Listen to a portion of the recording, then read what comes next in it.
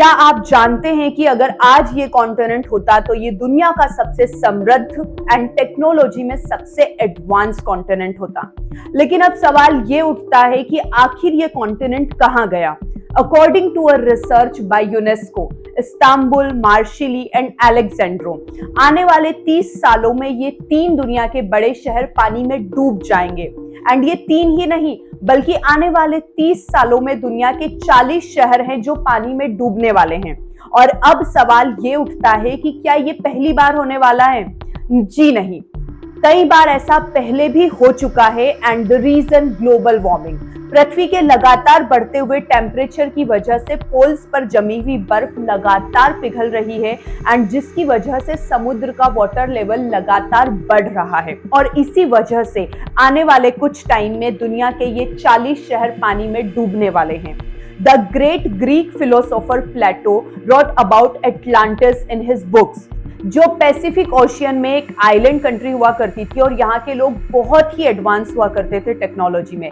और एक दिन ये कंट्री पानी में डूब गई और दुनिया के लोगों के लिए ये एक महज रहस्यमय कहानी बनकर रह गई। ऐसे ही एक लॉस्ट मिस्टीरियस कॉन्टिनेंट का जिक्र मिलता है हमें तमिल लिटरेचर में, जिसको नाम दिया गया है कुमारी कंदम। 2nd सेंचुरी AD में लिखी गई तमिल लिटरेचर की बुक सिलापत्तिकरम के अनुसार पांड्या रूलर्स का ये राज्य पानी में डूब चुका है और इसमें पहरुली और कुमारी नाम की 2 नदियों का जिक्र भी किया गया है जो इस लॉस्ट कॉन्टिनेंट में बहती थी। अदियार कुन्नलार, जो कि एक प्राचीन तमिल पोएट एंड स्कॉलर रह चुके हैं, उन्होंने बताया है कि आज के कन्याकुमारी के साउथ में एक कॉन्टिनेंट मौजूद था जिसकी लेंथ 700 कवातम थी और एक कवातम 10.6 किलोमीटर्स का होता है। तो यानी 700 कवातम into 10.6 is equal to 7041 kilometres का ये कॉन्टिनेंट पानी में डूब चुका है। और एक कवातम 10.6 किलोमीटर्स का होता है। इसका प्रमाण आपको 15th सेंचुरी में लिखी गई तमिल बुक कन्न काथिकरम में मिल जाएगा। लेकिन अब सवाल ये उठता है कि इसका नाम कुमारी कंदम कैसे पड़ा। हालांकि बुक्स में इसे तमिल लोगों का राज्य और पांड्या रूलर्स का राज्य कहा गया है। कुमारी कंदम का जिक्र कंदा पुराण, जो कि स्कंद पुराण का तमिल वर्जन है, उसमें मिलता है। माना जाता है कि यहाँ पर एक राजा हुआ करते थे प्रातान नाम के, जिनकी बेटी का नाम था कुमारी और उन्हीं के नाम से इसका नाम पड़ा है कुमारी कंदम। और एक दूसरी थ्योरी के अकॉर्डिंग यहाँ पर एक कुमारी नाम की एक नदी बहती थी जिसकी वजह से इसका नाम कुमारी कंदम पड़ा। लेकिन अब चर्चा का विषय ये बनता है कि मॉडर्न ह्यूमंस को हजारों साल पहले पानी में डूब चुके इस लॉस्ट कॉन्टिनेंट का पता कैसे लगा and how it became a part of debate. 1864 में इंग्लैंड के एक जूलॉजिस्ट जिनका नाम था फिलिप स्क्लैटर, उन्होंने एक बुक पब्लिश की जिसका नाम था मैमल्स ऑफ मेडागास्कर।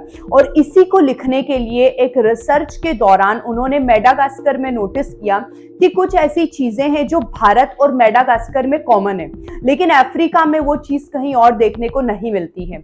जैसे कि भारत में पाए जाने वाला लेमुर भारत में काफी ज्यादा संख्या में पाया जाता है और वही मेडागास्कर में भी लेमुर देखने को मिलता है, लेकिन अफ्रीका में ये कहीं और देखने को नहीं मिलता है। और यही कनेक्शन उनको देखने को मिला ऑस्ट्रेलिया के साथ। ऑस्ट्रेलिया में लेमुर की 100 से ज्यादा स्पीशीज पाई जाती हैं। लेकिन अब सवाल ये उठता है कि भारत से मेडागास्कर का डिस्टेंस, मेडागास्कर से ऑस्ट्रेलिया एंड ऑस्ट्रेलिया से भारत का डिस्टेंस काफी ज्यादा है और एक ही जानवर 3 अलग अलग जगह पर कैसे हो सकता है।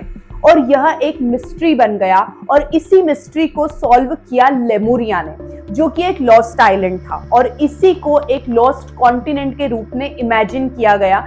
इंडियन ओशियन में प्रेजेंट ये लॉस्ट कॉन्टिनेंट कन्याकुमारी से लेकर मेडागास्कर और ऑस्ट्रेलिया तक फैला हुआ था और श्रीलंका को भी इसी लॉस्ट कॉन्टिनेंट का हिस्सा माना गया है।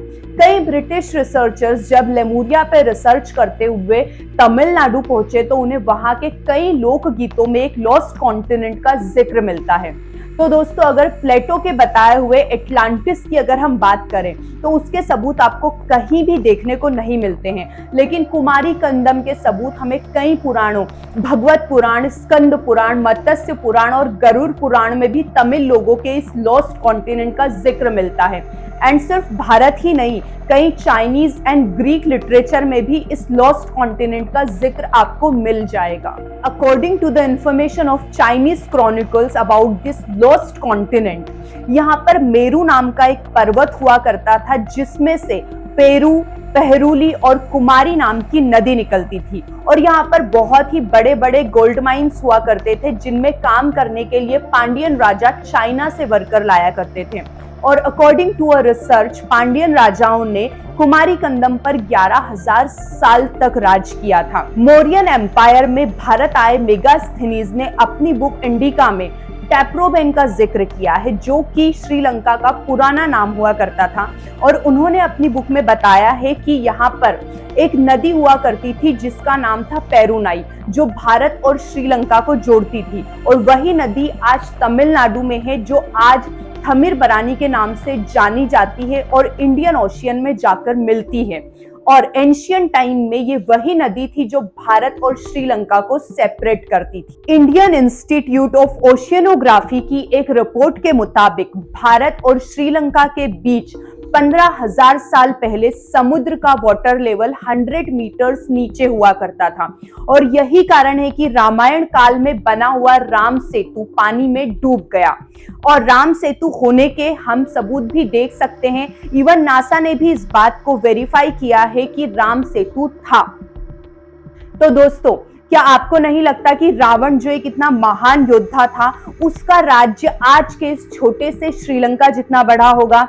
और कुछ तमिल लेख तो ये भी बताते हैं कि रावण की लंका का एक बहुत बड़ा हिस्सा पानी में डूब चुका है।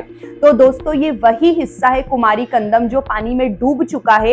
एंड श्रीलंका कुमारी कंदम का छोटा सा हिस्सा है जो पानी के ऊपर बच गया है। तो दोस्तों, अब सवाल ये उठता है कि अगर कुमारी कंदम एग्जिस्ट करता था तो वो कहाँ गया एंड पानी में कैसे डूब गया? तो इसका जवाब छुपा हुआ है पृथ्वी पर आई हुई आखिरी आइस एज में, जिसकी शुरुआत हुई थी लगभग 24 लाख साल पहले एंड जो लगभग 11,500 साल पहले खत्म हो चुकी थी।